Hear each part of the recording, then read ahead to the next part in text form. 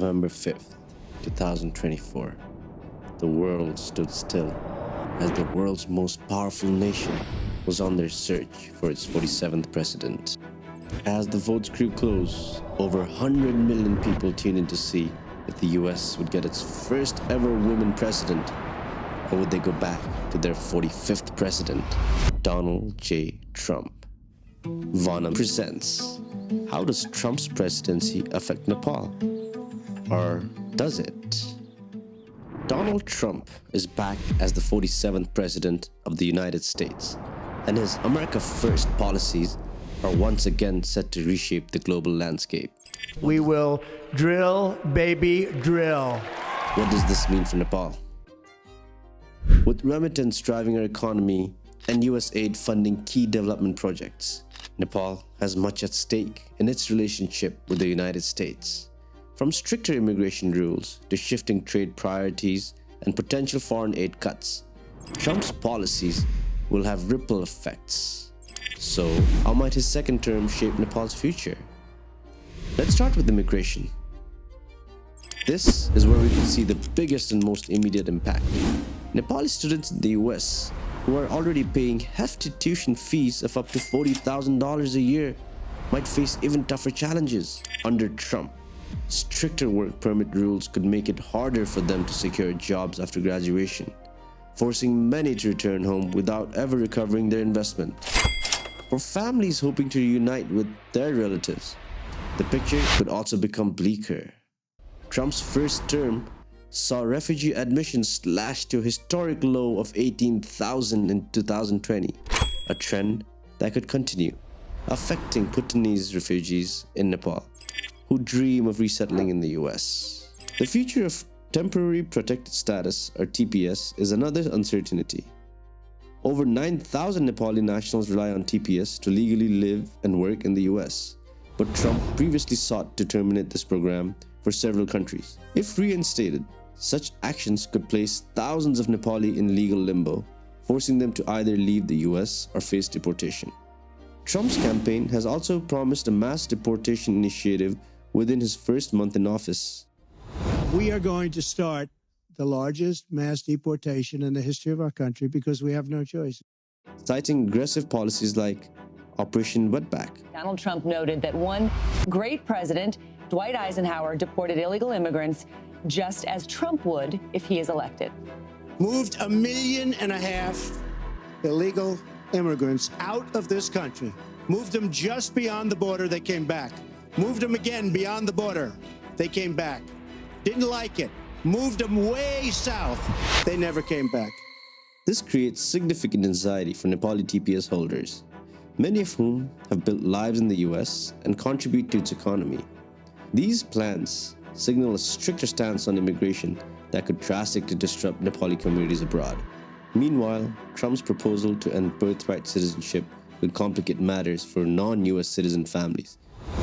President-elect Donald Trump says he is committed to ending birthright citizenship, particularly those from countries with larger immigrant populations in America, such as India, China, Mexico, the Philippines, South Korea, Vietnam, Nigeria, Brazil, and Ethiopia, alongside Nepal. These communities contribute significantly to the US economy and culture, and such policies could create profound legal uncertainties, especially for families with children born on US soil. Children born to Nepali parents in the US might no longer automatically qualify for citizenship. And let's not forget the diversity visa lottery, a lifeline for many Nepalese seeking a new beginning in America. Trump's decision to cancel it during his first term closed the door on thousands of Nepali dreams, and this could very well continue. Now, let's add a unique layer to this discussion: Nepalese in the US and their voting preferences. Nepalese in the US are a diverse group, with political preferences shaped by factors like age, education, income, and migration history. While there is no official survey, informal conversations suggest that most Nepali Americans lean towards the Democratic Party. However, there's a growing number of Republicans among them, especially since Trump became the face of the party. Why are some Nepalese so drawn to Trump despite his party's hardline stance on immigration? Some Nepalese say they support Trump because of his stances on illegal immigration. arguing, "We came here legally, so why can't others?" However, this perspective often overlooks the complexities of their own migration stories. Many Nepalese who are now citizens entered the US during the Maoist insurgency, often claiming refugee status despite not being direct victims of the conflict. There have been numerous cases where individuals presented fabricated documents or exaggerated claims of prosecutions to qualify for asylum. Such actions allowed some to bypass the strict immigration process, even though the most vulnerable individuals, those genuinely affected by the insurgency, often lack the resources or access to leave Nepal. Today, some of these Nepalese, showing a disconnect from their own immigrant experiences, support stricter immigration policies. This stance also reflects a broader pattern seen in the Nepali professional class, similar to some Indian Americans. While most Indian Americans still vote Democrat, a growing minority identifies with the Republicans, often seeing Trump as an American version of Indian Prime Minister Narendra Modi. They admire his tough talk and authoritarian style. And among Nepalese, casual racism and casteism may also play a role in their support for Trump. The outcome of this election matters not just for Americans, but for the world, including Nepal. A second Trump term could lead to reduced US foreign aid, affecting programs in health, education, and more. For example, Trump's expansion of the global gag rule during his first term cut funding for reproductive health services in Nepal, putting thousands of women at risk. Beyond immigration, Nepal's economy could also feel the impact of Trump's trade policies. His America First approach prioritizes domestic industries and often raises tariffs on imports. For Nepal, this could spell trouble, especially for our textile industry, which exported over 25 million worth of goods to the US in 2022. Higher tariffs could make Nepali textile less competitive in the US market, threatening jobs and reducing vital foreign currency earnings.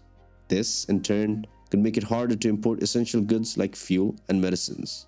But there's a potential silver lining. A stronger US dollar under Trump's policies could increase the value of remittance sent by Nepalese working abroad. Since these remittances form the backbone of our economy, they could help offset some economic challenges. Foreign aid is another area where Nepal may feel the squeeze. Trump has a history of cutting US contributions to global initiatives in health, education, and climate change.